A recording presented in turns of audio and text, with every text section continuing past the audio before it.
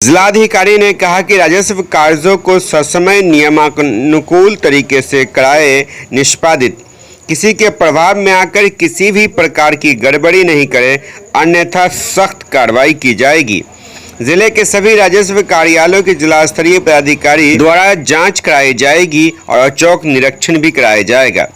बगहा अनुमंडल अंतर्गत सभी सीओ, आरओ, राजस्व कर्मचारी अमीन की समीक्षात्मक बैठक प्रखंड सभागार बगहा में संपन्न हुई। आप देख रहे हैं दर्पण 24 न्यूज, मिथिला का विश्वसनीय न्यूज नेटवर्क। खबर बेतिया से है। जिलाधिकारी दिनेश कुमार ने आज प्रखंड सभागार बगहा में बगहा अनुमंडल अंतर्गत बगहा 1, बगहा 2, भिताड़ और कई अंचल द्वारा किए जा रहे राजस्व कार्यों की हल्कावार समीक्षा की तथा संबंधित अधिकारियों को आवश्यक दिशा निर्देश भी दिए। बैठक में अभियान बसेरा 2 अंतर्गत भूमिहीनों को वास भूमि हेतु पर्चा वितरण, सरकारी जमीन एंट्री स्टेटस, ऑनलाइन मोटेशन, मुख्यमंत्री जिला जनता दरबार, ई कॉम्प्लायंस डैशबोर्ड, परिमार्जन, अंकक्षण, विधानसभा समेत प्रश्न अतिक्रमण, पंचायत सरकार भवन, CWJC, MJC, खास महल, ई मैपिंग आदि के प्रगति के विशेष समीक्षा भी किए। संबंधी बैठक थी।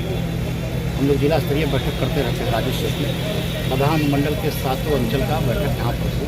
सभी जगहों के अंचल अधिकारी, आरओ, अंचल अमीन और हल्का कर्मचारी सभी लोग आए हुए थे। सरकार की जितनी भी प्राथमिकताएँ हैं राजस्व संबंधी कार्यों को निष्पादन करना होता है, उन प्रत्येक बिंदुओं की एजेंडावार गहन समीक्षा की गई कि सरकार का लक्ष्य क्या है, जिला में आपको लक्ष्य क्या दिया गया है और उसके विरुद्ध में आपकी उपलब्धियां क्या है, उसकी समीक्षा की गई है। संतोषजनक पाया गया है। और हर महीने हम लोग प्रत्येक अनुमंडल के एक अंचल में वहीं पर सारे अंचलों के लोग आएंगे और इसी तरह से मीटिंग होगी, रोटेशन वार मीटिंग होगी और उसमें किए गए कार्यों की और उनकी उपलब्धियों की समीक्षा की जाएगी कि जो इस पर टारगेट दिया गया है अगले महीना में उसकी उपलब्धि हुई कि नहीं, कितने प्रतिशत की उपलब्धि प्राप्त हुई। और जन समस्याओं के निराकरण करने के संदर्भ में लोगों का ध्यान आकृष्ट किया गया है कि जो लंबित दायित्व हैं उसको पूरा कीजिए। कलेक्टर के कोर्ट का है, अनुमंडल के कोर्ट का है, अपर समाहर्ता से या सरकार की अन्य चिट्ठियां हैं उसका अनुपालन होना चाहिए। माननीय न्यायालय में जो मुकदमे चल रहे हैं उसका भी निराकरण होना चाहिए।